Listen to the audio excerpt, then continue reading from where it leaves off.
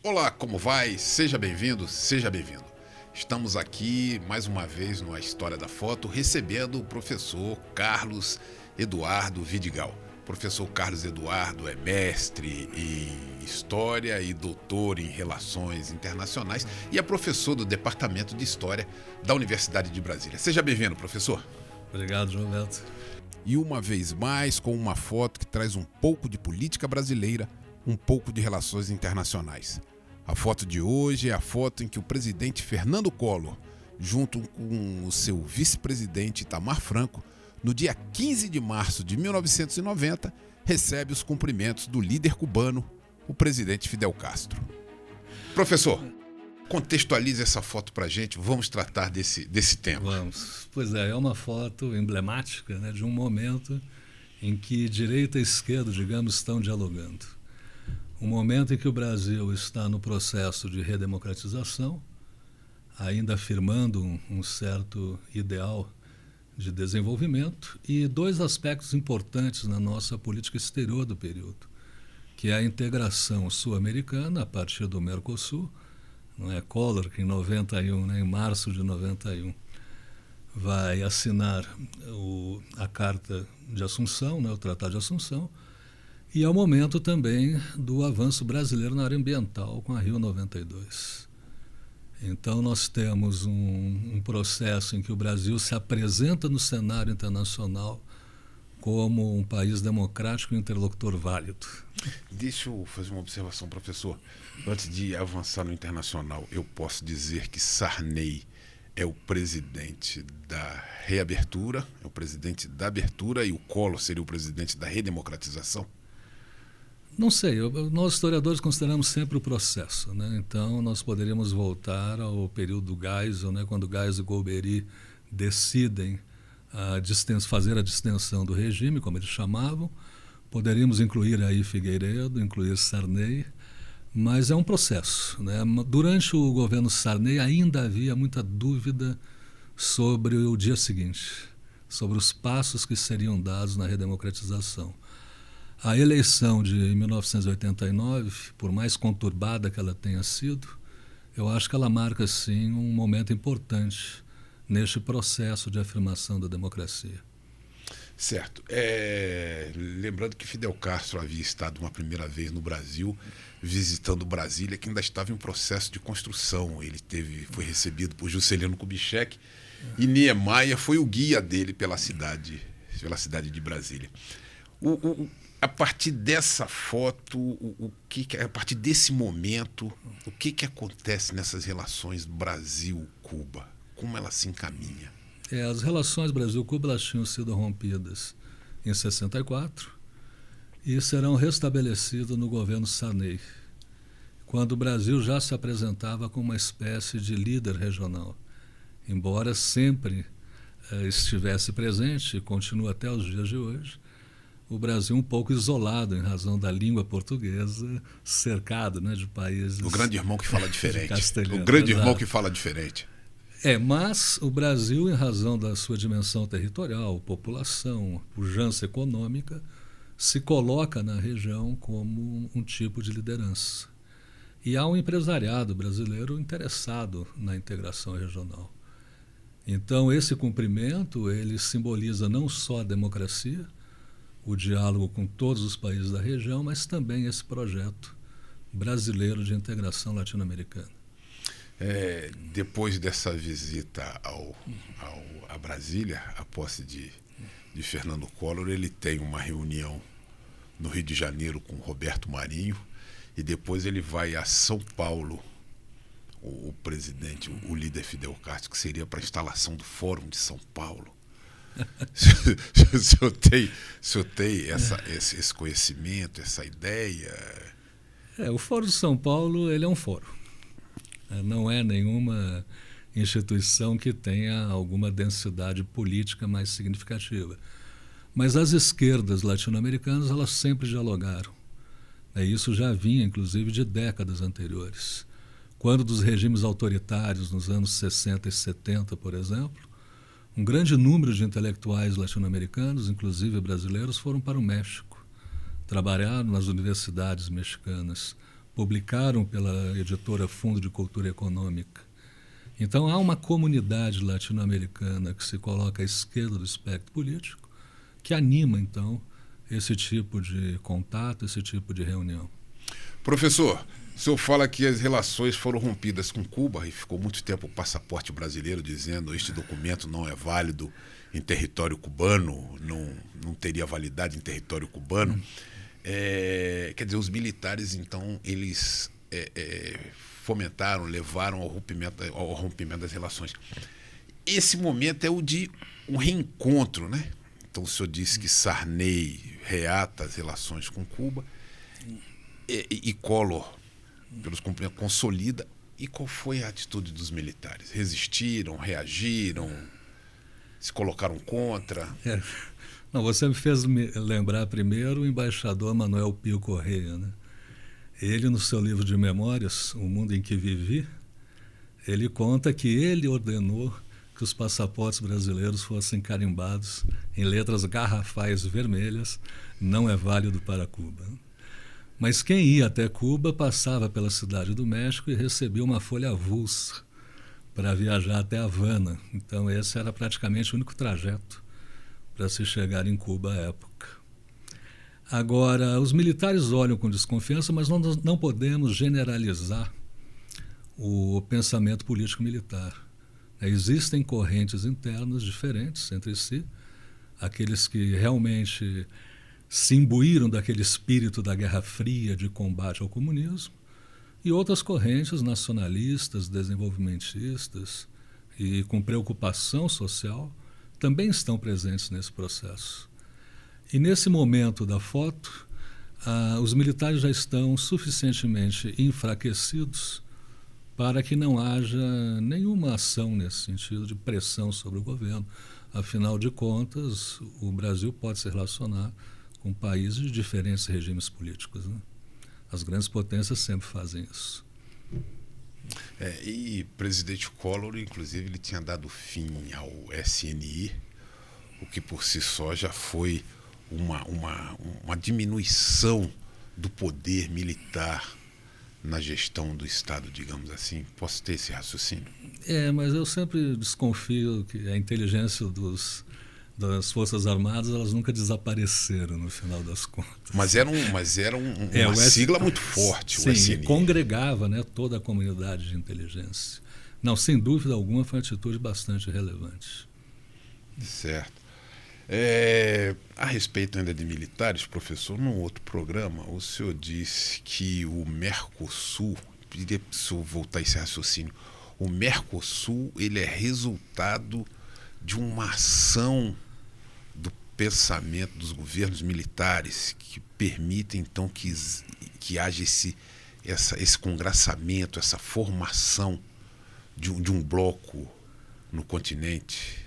Na verdade, são muitas as causalidades, né? Esses processos históricos de longo curso, eles contam com inúmeros atores em diferentes conjunturas. Então, as ideias de integração, elas remontam aos anos 30, aos anos 40, aos anos 50. Mas o regime militar, ele formulou um projeto de integração muito claro a partir de 1966, com Castelo Branco, quando ele lança a Operação Amazônica. E uma reunião em Manaus com diplomatas, empresários e políticos para promover obras, né? A ideia era criar obras na fronteira com esses países. Tanto que o Tratado de Cooperação Amazônica de 1978, ele não caiu de paraquedas, né? Ele é um dos desdobramentos desse tipo de política. E o empresariado de São Paulo é interessado em mercados. Isso é um aspecto importante também. Então, o que ocorre é que Brasil e Argentina ainda não haviam se entendido sobre alguns pontos fundamentais na questão energética. E ora o Brasil estava com regime democrático, ora autoritário, ou a Argentina. Então, em 64, por exemplo, a Argentina tem um governo democrático com os radicais, Arturo Illia. Em 66 vem um golpe na Argentina, aí há uma certa concertação, um certo diálogo. Mas com a volta de Perón e a crise política argentina entre 73 e 76, o diálogo entre os dois países ficou extremamente difícil. E foi a partir do golpe na Argentina em 76 que Figueiredo e Videla vão restabelecer um diálogo. Bom, primeiro Geisel, né? Depois Figueiredo em 79. Mas vão restabelecer um diálogo que possibilitará, em 79, a assinatura do acordo tripartite Argentina, Brasil, Paraguai, que superou o contencioso de Itaipu. Então, a superação do contencioso de Itaipu abriu caminho para o diálogo na área nuclear, com visitas presidenciais recíprocas em 80 de Figueiredo e Videla. Então, os entendimentos nessa área são muito importantes. E a época da Guerra das Malvinas, em 82, o Brasil apoiou a Argentina em tudo que era possível apoiar. Como disse o embaixador argentino aqui em Brasília, Hugo Caminos. É o momento no qual os militares argentinos e brasileiros passam a ter confiança um no outro. E nesse sentido... No momento de guerra. No momento de guerra. Eu considero que esses acontecimentos do final dos anos 70 e início dos 80 é que preparam o terreno para que Sarney e Alfonsín se encontrem em Iguaçu em 85 e depois todo o processo que levará à assinatura do Tratado de Assunção que criou o Mercosul. São construções demoradas, né, professor? Essa formação de blocos entre países. São e dependem menos das pessoas do que nós imaginamos, né? Claro que os grandes personagens contam, mas é um processo que ultrapassa presidências, né? Faz resgate histórico, diferenças de fronteira, conflitos. Rivalidades ancestrais. Rivalidades ancestrais. Professor, eu queria fazer um comentário a respeito desse cumprimento do presidente Fernando Collor ao líder Fidel Castro, que me parece também é algo que marca o comportamento de Fernando Collor como senador da República. Ele teve, no segundo mandato dele de senador, à frente da Comissão de Relações Exteriores do Senado. Sim. E ele falava muito em diplomacia parlamentar, que era o parlamento como que preparando um terreno, auxiliando um terreno para que a diplomacia, que os ministérios de Relações Exteriores pudessem atuar. Então, como presidente da Comissão de Relações Exteriores, ele fez uma visita à Síria. Teve com o presidente da Síria nessa visita, fez uma visita ao Líbano, fez uma visita ao Irã, fez visita ao Marrocos. Em todas essas visitas ele tinha com os líderes, ministros, com a alta hierarquia dos países. Esteve na Coreia do Norte, em que ele se avistou então com o principal conselheiro de Kim Jong-un. E ele dizia o seguinte, que o Brasil ele tinha características na sua história, na sua diplomacia, que permitia que ele viesse a ser utilizado como uma ponte quando esses países quisessem se reinserir no concerto das nações. Por exemplo, na questão da Arábia Saudita, inclusive, ele pediu que a senadora Ana Amélia, uma mulher, uma senadora, fosse a presidente do grupo parlamentar que foi constituído no Senado. No do Marrocos, ele pediu, então, que fosse o senador Cristóvão Buarque, do Distrito Federal. No grupo parlamentar Brasil, República Democrática e Popular da Coreia, Coreia do Norte, ele sugeriu Humberto Costa, que ficou como presidente desse grupo parlamentar no Brasil e Argentina, e ele não teve desatenção em relação a esses países que eram também importantes para o Brasil, como a Argentina, que é praticamente talvez o mais importante. Ele mesmo ficou à frente desse grupo parlamentar, colocando uma deputada de São Paulo, Bruna Furlan, como a vice-presidente. Quer dizer, me parece que Cuba, essa atitude dele como presidente da República, a gente vê repetida no exercício dele do mandato parlamentar à frente da Comissão de Relações Exteriores. Está lançando pontes para aqueles países que estariam periféricos, digamos assim. Eu não sou um especialista em relações internacionais, mas eu pude acompanhar esse comportamento, esse raciocínio do senador Fernando Collor, que é aquele de permitir que esses países, o dia que quisessem se reinserir no concerto das nações, eles pudessem utilizar o Brasil. Emirados Árabes também, ele teve fazendo visitas aos Emirados Árabes. Falei então de Arábia Saudita, de Irã, de Síria, de Líbano, de Coreia do Norte, de estar sempre oferecendo, deixando o Brasil como que na agenda do dia, quando esses países precisassem de um intermediário, de uma ponte, digamos assim. O bom assim. moço das relações internacionais. Mas o exercício, ele dizia da diplomacia, sim, essa sim. questão da importância dessa diplomacia parlamentar. O parlamento ele tem uma relevância muito grande na história da política exterior brasileira. O professor Amado Luiz Servo, que me orientou no doutorado, por exemplo, ele escreveu um livro e depois foi incorporado no manual que eu acredito que até hoje seja o mais lido no país sobre a história da nossa política exterior. Ele fez com base na documentação do Parlamento do Império. Então era no Parlamento do Império que ocorriam os grandes debates sobre a política internacional do Brasil. Na época eles não falavam política externa, eles falavam política internacional.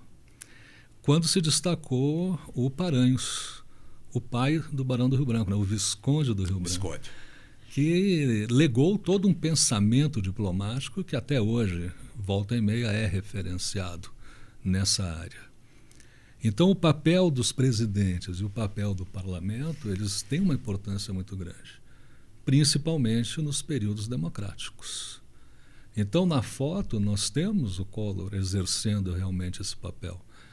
E essa diversificação dos laços internacionais do Brasil para além das fronteiras ideológicas da época da Guerra Fria era de suma importância. Foi o que propuseram no final dos anos 50, início dos anos 60, na política externa independente. E que foi retomado, de certo modo, pelo próprio presidente Geisel. Então nós temos aí o Brasil realmente se apresentando, e é muito bem sucedido nisso. Eu acho que a Rio 92 é um exemplo excelente de como o Brasil pode intermediar conflitos em grandes diálogos internacionais e facilitar que alguns países um pouco afastados desse diálogo possam se aproximar. Sejam reinseridos. Reinseridos. Tivemos aqui, então, com o professor Carlos Eduardo Vidigal, um especialista em relações internacionais e história do Brasil, tratando dessa foto em que o presidente Fernando Collor e o seu vice-presidente Itamar Franco recebem os cumprimentos do líder Fidel Castro. Queríamos agradecer a sua companhia, agradecer ao professor Carlos Vidigal. Eu agradeço o convite. Aguardamos você, então, para um próximo A História da Foto. Muito obrigado.